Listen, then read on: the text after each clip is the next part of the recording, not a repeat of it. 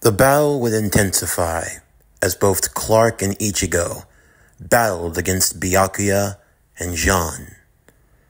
Ichigo would have Byakuya as the two of them engaged in a battle of the swords. Ichigo with his Zanpakuto Zengetsu clashing with the blade of Byakuya. As for Clark, he found himself flying in the air, maneuvering as he countered against the might of John Jones, the Martian manhunter turned into a Soul Reaper. When it came to their power sets, both were rather similar in terms of flight, strength, super speed, and even to the ability of heat vision. However, Jean had even more bags of tricks up his sleeve. He had a pesky ability of turning intangible, and on top of that, whatever damage he took, he seemed to regenerate. He turned his left forearm into a full blade, maneuvering it around, and using the intangibility effect, would try to stab through the body of Clark before reconstituting his arm, looking to do internal damage. As Clark was coming to figure out, for as powerful as his body might be, there were still things that could damage him. And on top of all of that, it didn't matter how strong he was on the outside. Your internal organs, those of your bodily nature, those things, they can never be strengthened. And if they take damage, it was going to be severe. The fight would take its turns, each side gaining an advantage and also a disadvantage. Ichigo and Clark would at times even trade opponents, with Byakuya being forced to match strength for strength with Clark, who, not even wielding a weapon, it seemed like he treated his own body like it was a weapon. It didn't take long for Byakuya to realize that that was the case. So, that's what makes you different from others then, eh, Kryptonian? Respectfully, sir, I have a name. You do. Forgive me then. What is your name, child? It's Clark. Clark Kurosaki. Well, Clark Kurosaki, it's easy to see why you are as powerful as you are. Your spirit wields your body. Your body is the Zanpakuto, is it not? Kryptonians have a naturally powerful strength that comes to them, especially when they are imbued with the power of a different sun. That is how you draw your power. The power of the yellow sun, what you were raised under. It only amplified your strength. When combined with your mighty spirit and Ryatsu, it turns your whole body into a weapon. And now, for the time that you've spent in the Serite, you've absorbed the power of the sun of the Soul Society, which has only added to your strength. I can feel it now as it continues to grow. You are indeed a powerful warrior. And unlike your brother, you seem to show some manner of respect. Most fitting. Even you should understand the severity of the situation that you both find yourself in. So why do you continue to enamor your brother's stupid antics? Surely you must know the outcome better than anyone else. Persisting has only led to your deaths, and you don't even realize it yet. That might be, but you've made one mistake, sir. You mistakenly think that I'm going to allow my brother to die here. And the second mistake is that you think he would let me die. We made a promise that won't be broken. Family stands with one another. They fight together. They stand together. They look out for each other. And that's something you clearly don't understand. Because if you would allow your own sister to die, you won't even put up a fight for her. How can you even call her family? These sentiments are what separate you and I. Duty and tradition cannot be ignored, not even for the sake of family. If tradition can be broken so easily because of those bonds, then they never had a foundation to begin with. You too are a mockery of this. What family do you have to Ichigo? Even without looking, I can tell you are not blood related. You did not come from the same womb. You are nothing more but a refugee that was taken in. You could have landed anywhere in the world. So what makes him any more family to you, more than anything else? Because you share a same roof? Because you ate at the same table? It doesn't change the fact that you're different from him. You both are. And because of that, you will never understand. Tradition, honor, obligation, and duty. These exceed such trivial things like family.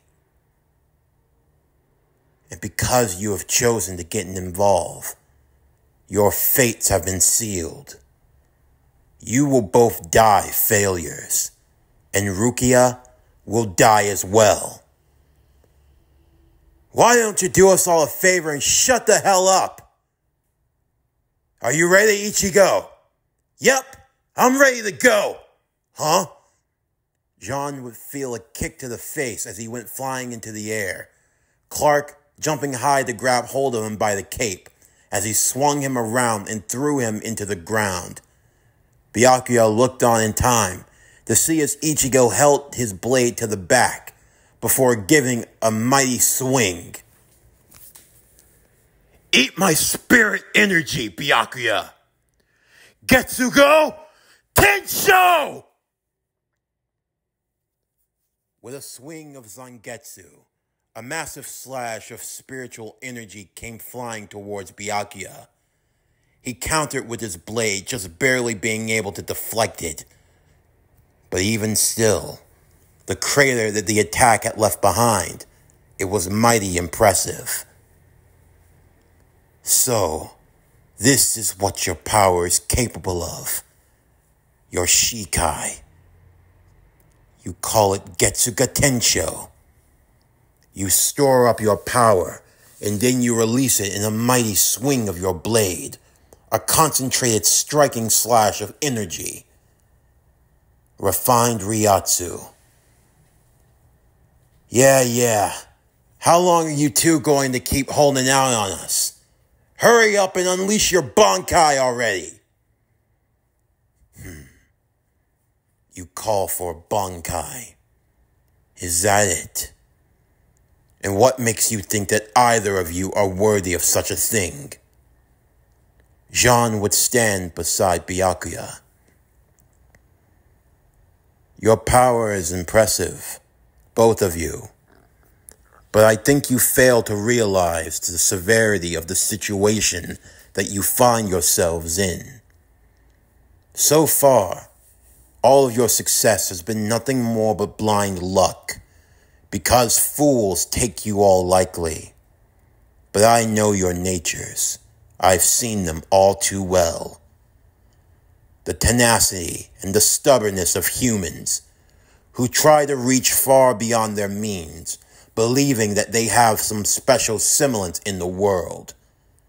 An arrogance and an ego is what you have, boy. And then you, Kryptonian, you believe that your power makes you superior. Even if you don't have it in your heart, it's blocked away in your subconscious. You believe that your naturally given strength will allow you to survive this battle, your superiority over any other race. You make it sound like I have a superiority complex. You do, if not in heart, then in mind. And even if it dwells dormant, it will rise to the surface. It always does. I have seen how you Kryptonians acted, the way you were. You were arrogant people who believed yourselves to be the pioneers of the galaxy, who believed themselves to be master over everyone else. Your people caused nothing but pain and destruction to everyone and everything around you. And to be honest, the universe is better off now that all of them are dead. Clark would clench his fist at that statement. I'm sorry, sir, but you don't know a damn thing. I know far more than you, boy. Raised ignorant of the truth. If you knew even a fraction of the sins that the Kryptonians had committed, you would not stand there so high and mighty. Whatever you think you know, it's far from the truth. Your people were nothing but bloodthirsty animals that needed to be put down. And I took great reverence in the destruction of Krypton. You make it sound like you did it. I would never do such a thing. However, just because I would never destroy your people, it doesn't mean that I felt any obligation to help them. I remember it over 100 years ago. It was, hold on, Clark would say. What do you mean 100 years ago? Krypton was only destroyed less than 17. Is that what you think? The galaxy is a large place. Things can happen at different points in time. The fact that you are only but 17 years of age. Yes, I understand. You escaped the dying planet. Your pod must have traveled through a wormhole, a wrinkle in time. What was 100 years for us, perhaps was mere moments for you.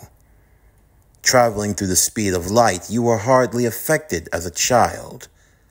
So by the time that you arrived to Earth, that's how much time had passed. So, you're saying Krypton has long since been forgotten. Only vestiges of what once remained. But why? Why do you hate them? What did Krypton do to you? It started with 3. There were 3 Kryptonians. Their leader, a man who was a warmonger. He led Krypton's military forces across the galaxy in conquest and bloodshed. Many souls, all lost at his hands. Their conquest led them to my planet of Mars, where 2 people resided, the Green Martians and the White Martians. My people were a peaceful one. We did not seek conflict with the Kryptonians. However, our enemies, the White Martians, they were the ones who had been given in to chaos. They aided those monsters, and my people were destroyed. Everyone that I loved, everyone I cared for, all of them wiped away.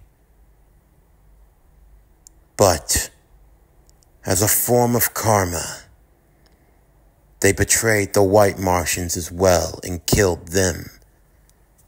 They played both of us. They stole our resources, drained our planet of its life until it was nothing but a barren wasteland. When it was all said and done, myself and only an other, we were all that remained of our people. But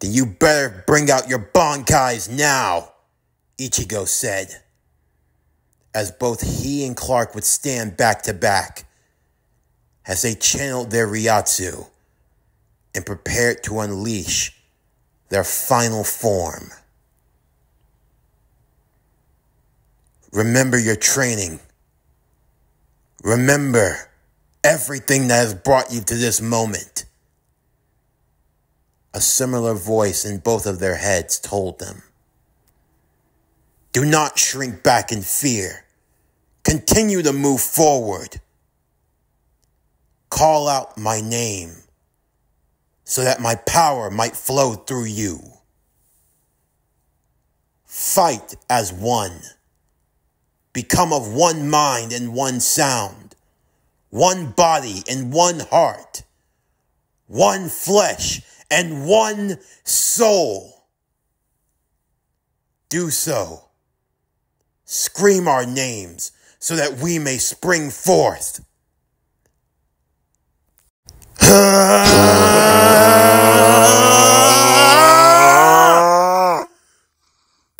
Blood! Kai! Byakuya and Jean would stand amazed. The two insignificant Ryoka. They had managed to achieve what took many Soul Reapers years to accomplish in just a short fragment of time. Bankai, the second and final stage of the Zanpakuto. For Ichigo, his Bankai, Tensa Zangetsu, Heaven Chain Slaying Moon. And for Clark, Tayoko Subarashi, Super Child of the Sun. This is what you call Bankai? Byakuya would say. A change of clothes and a smaller sword. Pathetic is what it is. Another slap in the face to tradition, making a mockery of everything we stand for. I have entertained this foolishness for long enough. Captain Jean, stand back. I will destroy them both in one fell swoop. Now, Senbon Zakura. Both Ichigo and Clark would watch as the blade of Byakuya Zanpakuto would begin to dissipate, turning into cherry blossoms that began to multiply until it seemed like there were millions of them all around. The power of my Zanpakuto. Think of it like a million blades swirling all around you from every direction. You cannot escape. Both Ichigo and Clark would use Flash Step, evading and dodging each one of the strikes of Senbon Zakura. Jean was watching and reading their movements. And even for him, this wasn't just luck. They were actually anticipating his attacks. He knew that he'd have to step in eventually. He would have to use that Bankai. But to think a Kryptonian had pushed him this far, had all of the power he had gained, has all of his training really been for nothing? If just in a short span of time, a mere Kryptonian who didn't even know that such a power existed could reach this far. Of all the reasons why he hated them, this was just one of many. The power that they gained, unearned power, power just by merely basking in the sun. With no work on their part, they could become like gods. And in just a short span of time, this is what they could accomplish. All the more reason why they were dangerous and why they had to be destroyed. For the sake of the galaxy, of everything that they held dear. Byakuya would attempt to encage both of them, trapping them from every side, enveloping them in the multitude of Senbon Sakura. However, Ichigo, using his blade, would cut them all down. And for Clark, he would eviscerate them with his heat vision. They had managed to cut through every one.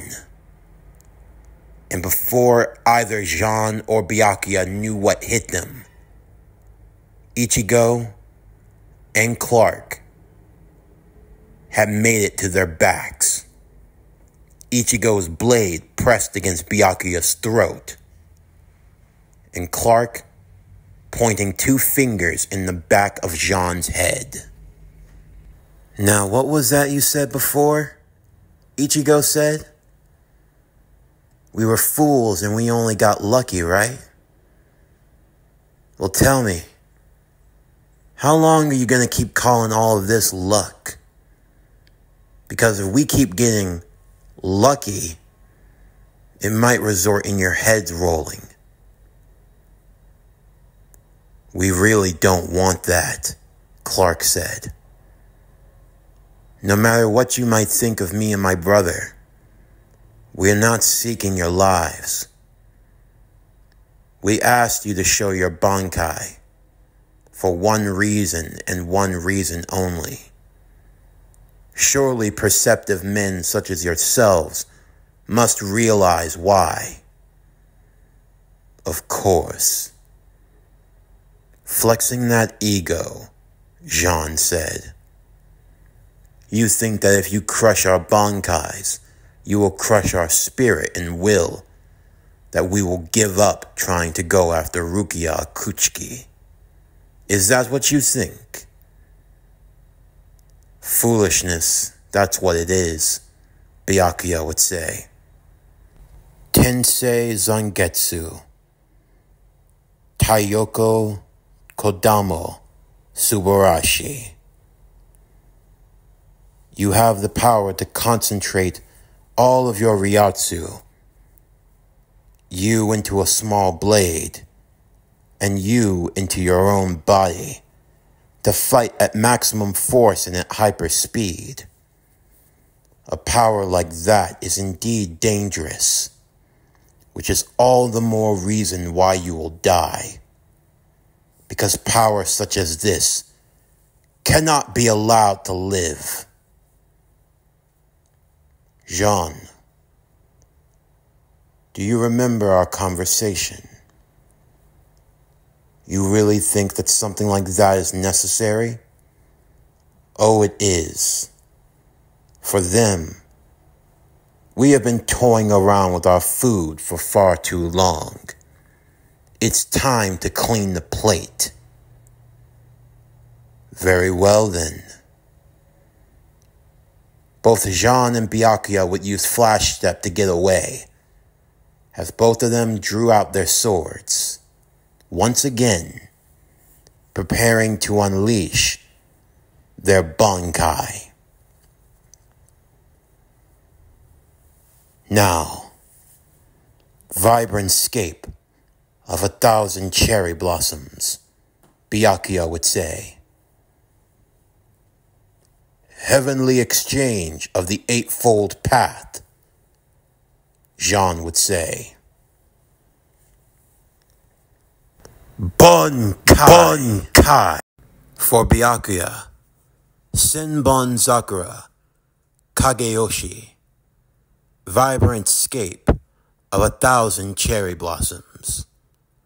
And for Jean Jones, Daruma, Kokan Tengoku, heavenly exchange of the eightfold path, the wheel of mimicry and the 8 abilities that dwell within it.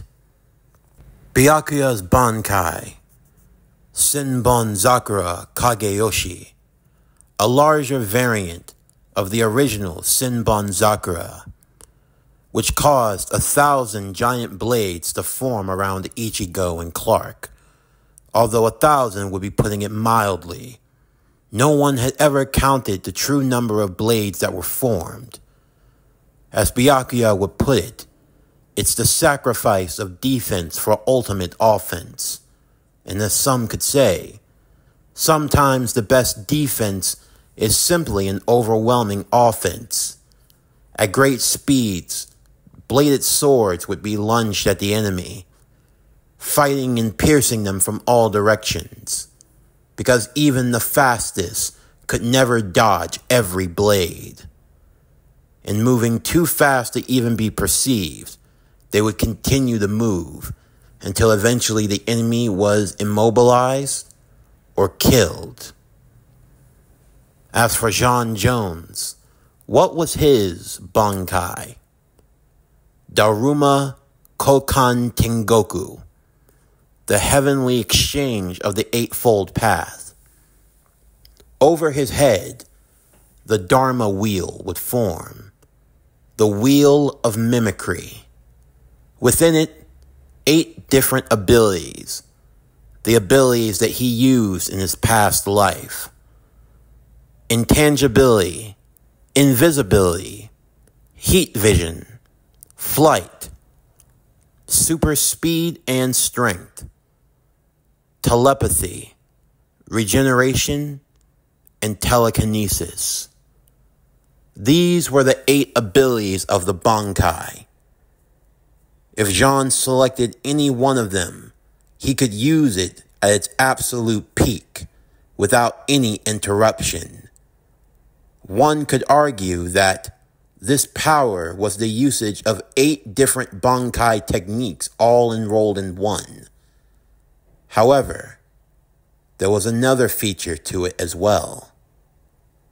If he wanted to, he could swap out techniques with a willing partner. And he had one in Byakuya. Now I will take a brief moment to explain how this would work. For example, if Byakuya wanted to use the power of flight, then Byakuya would give an exchange. For Jean giving up his flight, Jean gains access to the Bankai of his ally. That would be Senbon-Zakura Kageyoshi. Now, does this mean that during this process, Byakuya can't use his Bankai? No. This process means that on top of being given the ability of flight, Byakuya can still wield Senbon-Zakura Kageyoshi. But what it means is that John gives up the ability of flight altogether, but in exchange, he is also allowed to wield Senbon-Zakura Kageyoshi. Now, imagine if Jean were to give away all 8 of his techniques in exchange for the usage of a Bankai from someone else. Not only would his ally gain an additional power, or in this case, the ability of using 2 different Bankais, but Jean would gain 8 all different Bankais all at once. Now, imagine if he gained Bankais from 8 of the strongest captains of the Gote 13, all to be used at his disposal, in any combination or in any way that he saw fit. That is why of all of the Bankais, Daruma Kokan Tengoku was considered one of the strongest. It was more or less a collaboration Bankai that could best be used when John fought alongside 8 strong, capable warriors who were capable of using a powerful Bankai. By having all 8 at his possession, it could grant him a enormous amount of power, and the combinations were endless. Together, both Jean and Byakuya would perform Senbonzakura Kageyoshi, while Jean would have the added benefit of controlling the blades with telekinesis, being able to speak telepathically with Byakuya in order to coordinate their attacks. The blades would be made intangible with the power of intangibility, and invisible with the power of invisibility, amplified through the power of flight, and with the burning power of the heat vision that had been converted into a searing Ryatsu, and jutting at super speeds. The blades would continue to swirl around both Ichigo and Clark. For Ichigo, he had a hard enough time trying to keep up with the power to begin with, but now it had only been made worse. Both boys would find themselves standing back to back, watching out for one another, as they tried to use their pure senses to tell where the blades were coming, only barely able to dodge and deflect at the last moment, at the mere second before impact. But it didn't stop a few blades from landing. In that open period, both Jean and Byakuya would perform Hado number 4, Byakurai, firing a beam of energy that would stun through both Ichigo and Clark's whole body. As Byakuya would put it, within their domain, the Senkai, within the center of the Senbonzakura, they were already dead, and they didn't even know it. True, their power was indeed great. So great, in fact, that Byakuya, to even use this technique, to use a collaboration of this magnitude, it was the ultimate admission of defeat, at least in terms of pure power and speed. The boys had that in spades. But this power was not meant to speed them up. It was rather to slow them down. But that they should take solace, because this was only the second time that Byakuya had ever been forced to use this technique. It meant they were truly in rarefied air. But now, they were finished.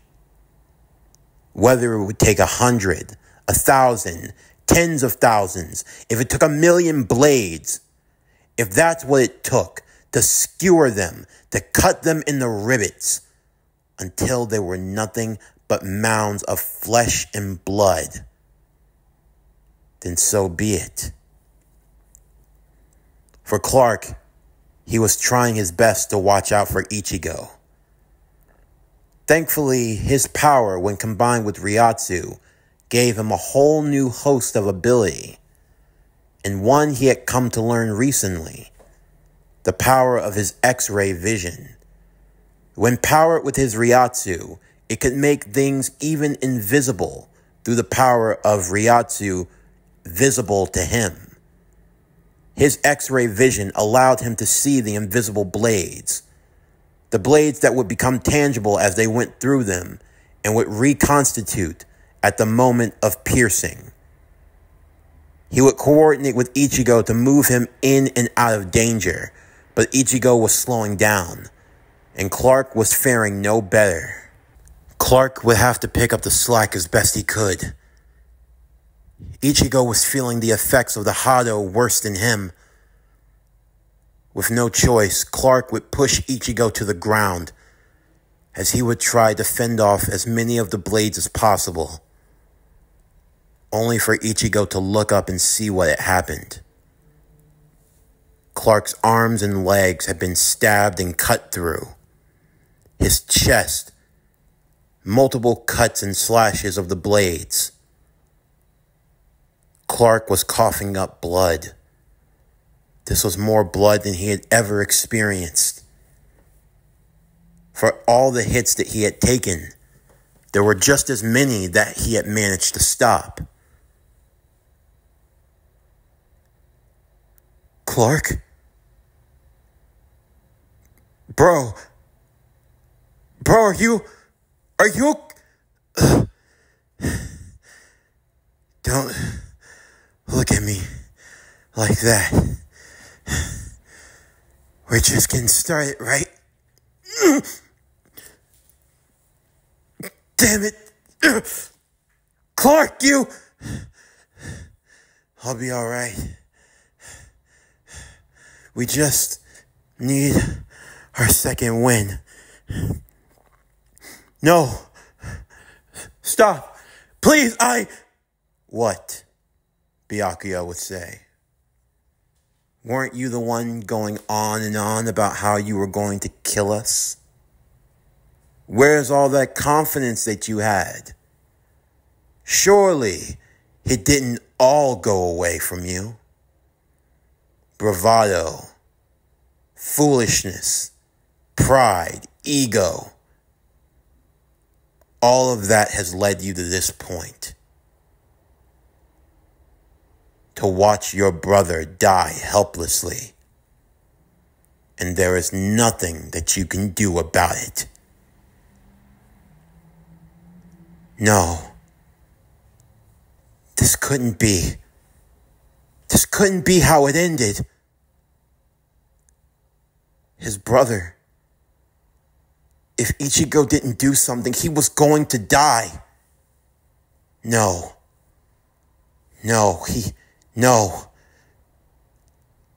Memories began to flash through his mind, remembering the day that the boys were younger, the time they spent with their mother, the birthdays, the holidays, the ups and downs, the highs and lows, everything they had been through together. It couldn't end here. No, it won't end here. No. Do something. Move, damn it. He needs you. Quit being dead weight. You can't make him carry all of it. If you don't do something, your brother's going to die. No, I won't let it happen. I won't. The final blade was aimed directly at his heart. But before it could reach him, it was stopped in midair. Ichigo had caught it. But there was something else to him also. Half of his face had been enveloped in a mask. The mask of a hollow.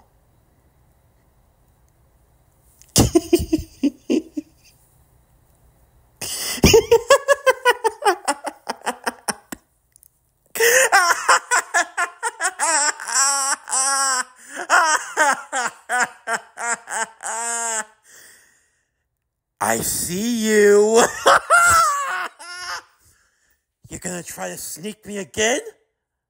Oh, that's mighty brave coming from a captain.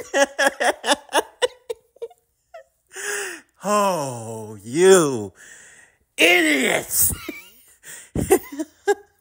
You think I'm gonna let you kill my brother? Oh, this is hilarious.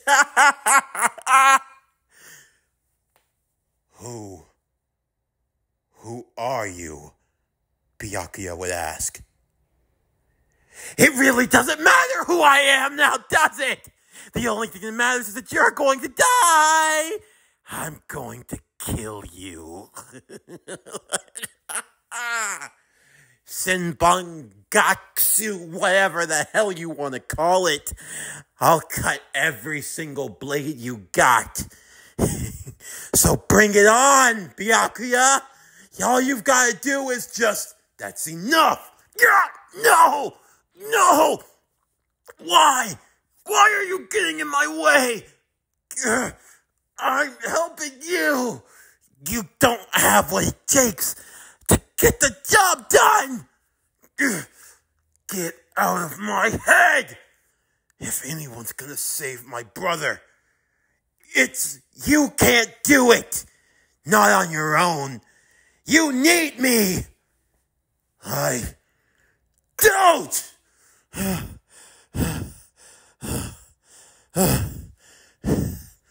I'm sorry about that. What is this? Jean would ask. You sensed it, didn't you?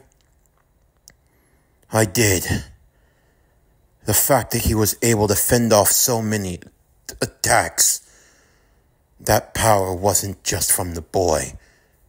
It was from that hollow. How is it even possible? Something like hollowification. No one's supposed to be able to survive it, let alone become a hybrid. Jean, you can't maintain this form much longer. Daruma, Kokan Tengoku, it takes too much out of you. It seems we've gotten to the 8-minute period. We'll have to swap back. It can't be helped. You okay? Ichigo would ask Clark. Never been better. I'm good. What was that thing?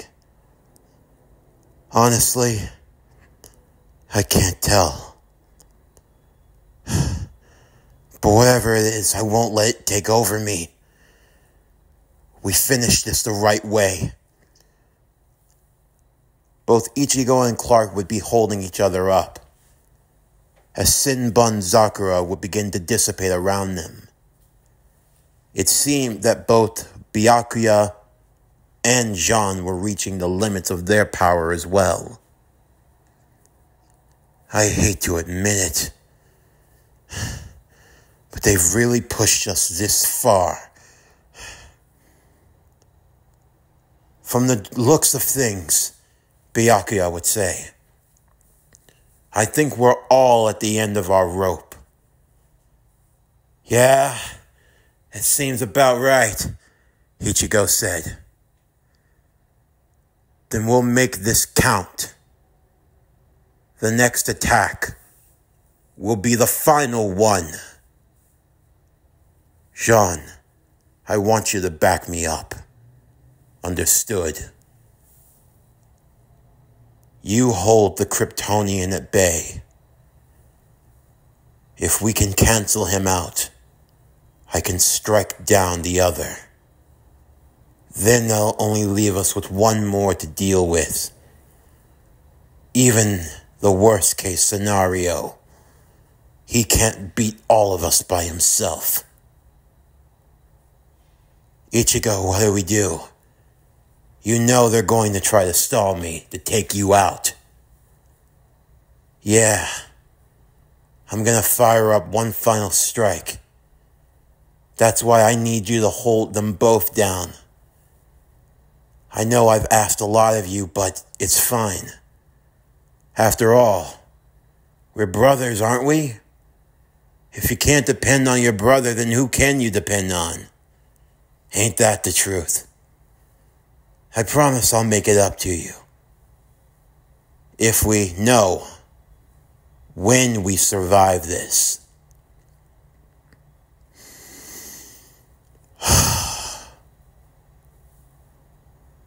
Jean! Clark would yell. Give it everything you've got! Don't hold back on me!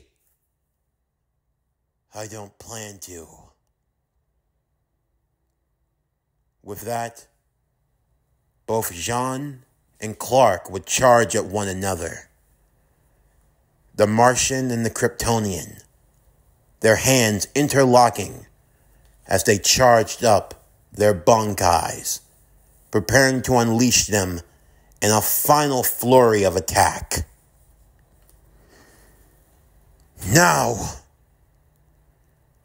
Taiyo Kodama, Subarashi, Daruma, Kokan Tengoku. I'll finish this. Sinbun Zakura, Kageyoshi. Now, this is my chance. Ketsuga! Tensho! From far off in the distance, everyone within the Sarate could feel the clash of the four spiritual pressures. Four distinct energies all converging at once, and the large explosion that occurred on the top of Sokyoku Hill. As the smoke cleared and the dust settled, Ichigo and Clark would stand on one side, while Jean and Byakuya stood on the other.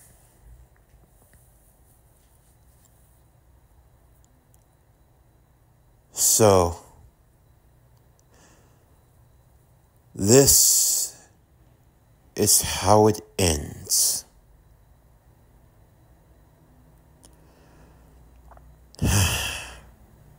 I guess it couldn't be helped, Byakuya would say. My apologies, Jean. I made you depend on me, and I failed you.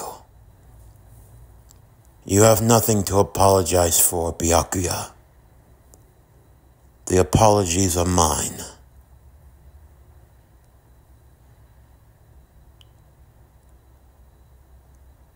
I hope you're happy. You boys are something else. I just want to know one thing, Ichigo would ask. Why? Why didn't you help her? We hail from a noble family. A family whose job it is to enforce law and order. The rules that govern our existence. How can we enforce the law if we ourselves cannot follow them? If we are so quick to break the law at an inconvenience, then what does it stand for? I'm sorry, but I just don't get it. If such a law exists, then I will fight that law. Any law that would make you kill your own family is no law worth following.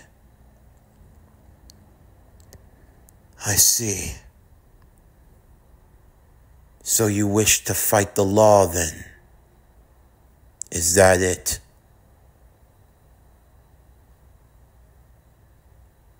Mr. Jones,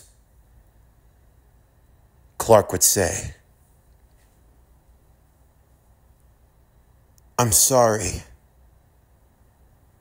I don't know what you've been through. And I know that I have no right to ask you for forgiveness, but there's no need. All of the hate that I've felt, I've taken it all out. And yet you still stand.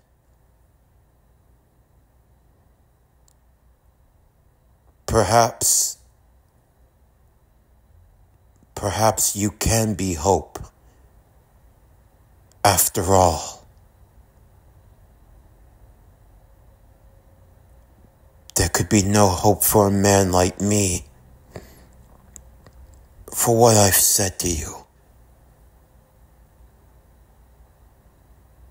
At the very least, you've stood by your convictions. And it's obvious that fate has shined upon you this day.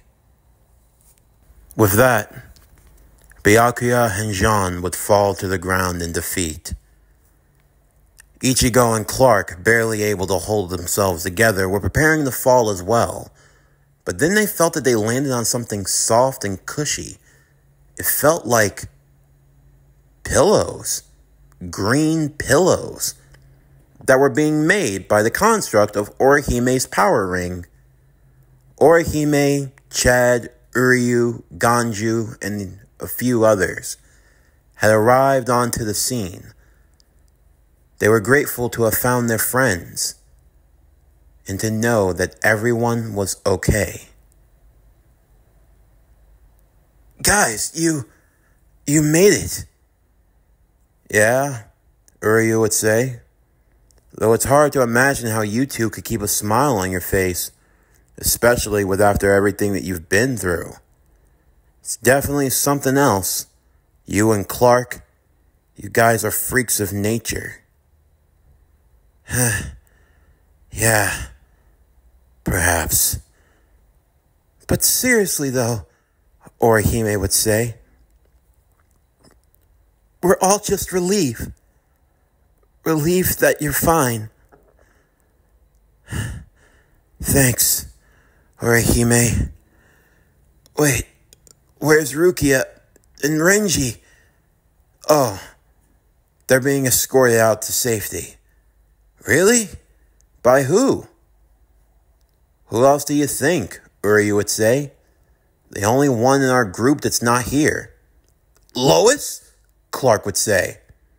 It was all part of the plan. While you guys were battling, she assisted with Renji and Rukia in getting away. Plus, it made things a whole lot easier since Renji was pretty beat up.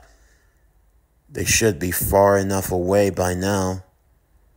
Well, that's a good thing. So now it's just left for us to get out of here as well. It'll be a lot easier said than done.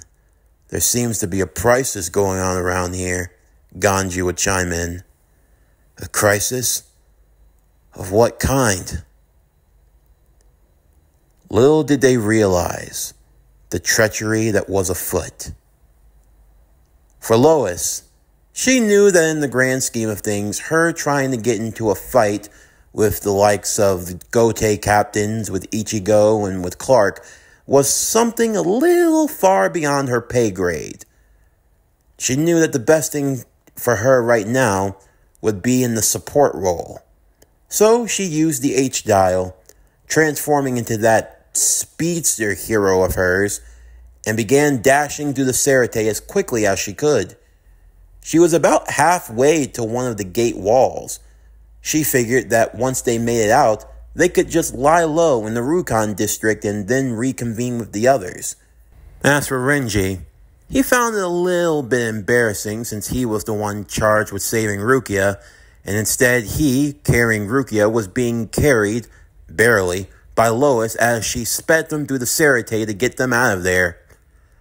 All was going fine until someone stopped in their way. Lois would slam on the brakes, as it were, holding on to Rukia as Renji would immediately get out of her arms, standing in front of the two girls to confront the one that had stopped them. It was the captain of the 9th Squad of the Gote 13, Kaname Tosen. Captain Tosen! Renji. I'm sorry, sir, but we need to get out of here. Please, don't try to stop us. I'm afraid I can't do that. While Ichigo and the others were heading back down, moving off of the mountain of Sokyoku Hill, there were others who were convening there. Without warning, Renji, Lois, and Rukia found themselves right back at the execution spot. And there to greet them, unfamiliar face to Lois, but to Rukia and Renji, they were all too acquainted. Gen Ichimaru.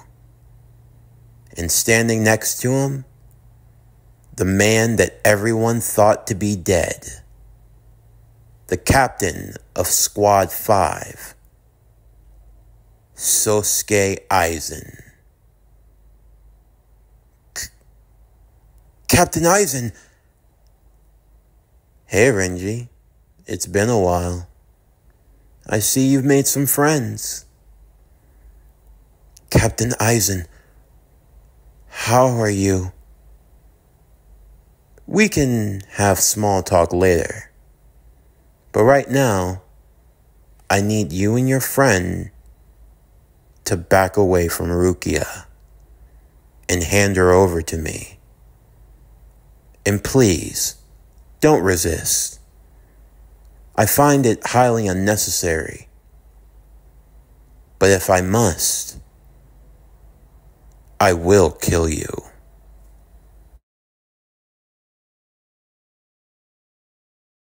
This concludes Bleach Legacy. What if Superman was in Bleach? Season 2, Part 9. As always, if you enjoyed today's video and everything else that we have to offer, then please don't forget to like, comment, subscribe, share, and hit that bell for post notifications so you can stay up to date on everything that is Power Core Productions and Podcastings that's to come out now and in the future. Stay tuned tomorrow as we conclude Bleach Legacy. What if Superman was in Bleach? Season 2, Part 10, the Season 2 finale. But anyway, that's going to do it for the end of today's video. I'm Javon Harrington with Power Core Productions and Podcastings, signing off, and I'll see you next time.